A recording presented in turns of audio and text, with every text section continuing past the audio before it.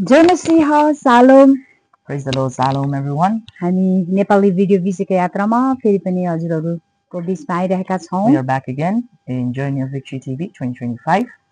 आज चाहिँ हामीले के लिएर आएका छौं भन्दाखेरि I want to welcome all of you, and today we have brought प्रार्थनामा जानुभन्दा अगाडि अनि आराधनामा जानुभन्दा अगाडि हामीले गर्नुपर्ने कुराहरू के छन् त? our topic, that is, what should we do before we go to worship or prayer? अनि बाइबलले के भन्छ? And what does the Bible say? म चाहिँ प्रेरित हैन पत्रुस। पत्रुस पहिलो पत्रुस 2 को 1 देखि 5 लाई लिएर आएको छु। Today we have brought a sermon from 1 Peter chapter 2. यो चाहिँ हाम्रो पहिलो भाग हो। This is the first part. प्रार्थनामा जानुभन्दा अगाडि पहिलो पत्रुस 2 को 1 देखि 5 मा हामी हेर्ने छौं। We're going to see from 1 Peter chapter 2 verse 1 to 5. सबै दुष्टता, सबै छल कपट, ईर्ष्या र सबै निन्दालाई त्यागा। एकमा So, get rid of all evil behavior, be done with all deceit, hypocrisy, jealousy, and all unkind speech. नयाँ जन्मेको बालकहरू जस्तै आत्मिक शुद्ध दूधको तृष्णा गर र त्यसबाट तिमीहरू आफ्नो मुक्तिमा बढ्दै जान सक्नेछौ। Like newborn babies, you must crave pure spiritual milk so that you will grow into a full experience of salvation. किनकि प्रभु कृपालु हुनुहुन्छ भन्ने कुराको स्वाद तिमीहरूले पाएका छौ। Cry out for this nourishment now that you have had a taste of the Lord's kindness.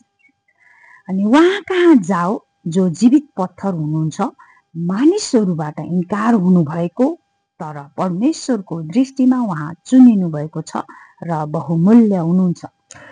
You are coming to Christ, who is the living cornerstone of God's temple. He was rejected by people, but he was chosen by God for great honor. तिमीहरू पनि येशू ख्रीष्टद्वारा परमेश्वरको दृष्टिमा ग्रहण योग्य आत्मिक बलिदान चढाउने पवित्र पुजारी गिरीको निम्ति जीवित पत्थरहरू झैं आत्मिक घर बन्दै जाऊ। And you are living stones that God is building into his spiritual temple. What's more, you are his holy priest. Through the mediation of Jesus Christ, you offer a spiritual sacrifice that pleases God. हजुरले यो वचनहरूमा पढ्दै गर्दाखेरि सुन्नुभयो होला। When you're reading these word of God, this हामीले प्रार्थना र आराधनामा जानुभन्दा अगाडि verses you might have heard before we go to worship and prayer. हाम्रो परिवर्तन गर्नुपर्ने कुराहरू, हामीले तयारी गर्नुपर्ने कुराहरू के हो त? What are the different things that we should change and change in ourselves? नयाँ हुनुपर्ने कुराहरू। We need to be anew. सबै दुष्टतालाई त्याग्नु पर्ने कुराहरू। We need to remove all kind of छल evil कपट र behavior, ईर्ष्या अनि निन्दालाई all त्याग्नु kind of पर्ने। deceit, hypocrisy, and jealousy. त्यो अरु कोही आएर पनि तपाईलाई त्यो तपाईले त्याग्न गर्न सक्दैन कसैले पनि। And no one's going to come and help you get remove of it.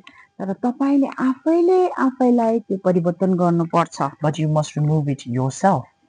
र एउटा कुरा के छ भन्दाखेरि उहाँले प्रभु येशू पृथ्वीमा आउनु हुँदाखेरि आफ्नो विलहरू पूरा गर्नलाई आउनु भएन। Jesus Christ did not come to the world. He was not sent to complete his own will. परमेश्वरको इच्छा पूरा गर्नलाई आउनु भयो। But he came to fulfill Father's will. The Father in पुरै heaven. जीवन उहाँले पिताको इच्छा पूरा गरेर जानुभयो। And he spent his whole life fulfilling God's will. हामी पनि प्रभुका जनहरू, आत्मिक सेनाहरू, and we his spiritual soldiers अनि अफिसर्सहरू and officers भएको हुनाले because we are, अनि उहाँको इच्छा पूरा गर्नलाई हामी चुनिएका र छानिएका छौं। We are chosen to complete his will. र हामी चाहिँ आफ्नै जीवन आफ्नै बारेमा मात्र सोचेर हामी उहाँको मिसनमा हामी सहभागी हुन सक्दैनौं। We cannot partake in his mission by only thinking of ourselves. त्यसकारणले हामीले चाहिँ पुरानो जीवन जिएर पनि पुरानो तरिकाले जिएर पनि सक्दैनौं। And we cannot do so as well if we are living our old life. त्यसकारणले हामी नयाँ भित्रबाट नयाँ हुनुपर्छ। That's why we need to be anew from this from inside out. प्रार्थनामा जानको लागि, आराधनामा जानको go लागि, into prayer and worship. मानिसहरू मण्डलीमा आत्मिक दूधको तृष्णा गरेर आउँछन्। People come to the church for the spiritual nourishment. त्यसमा अरु कुराहरू मिसाउन जरुरी छैन। And we don't have to mix other stuff into it. अनि मानिसहरूलाई आत्मिक दूधको आवश्यकता छ। The people are in need of spiritual milk. अनि वचन आत्मिक दूध तयार गर्ने मान्छेले The person who creates the spiritual milk आफूलाई परिवर्तन गरेको हुनुपर्छ। has to change himself. यो वचनले यही सिकाउँछ। The word of God teaches us that. अनि हामी नयाँ जीवनमा And in our new life, अनि हामीले गर्नुपर्ने कुराहरूलाई ध्यान दिएर the things that we have to do, प्रार्थनामा र आराधनामा जान सक्छौँ। we can only go to worship and prayer if we consider what we are doing in those things. हामी फेरि दोस्रो भागमा भेट्नेछौँ। We'll meet you again. in the next धन्यवाद। part. Jay Masih. सालोम। Thank you. Praise the Lord.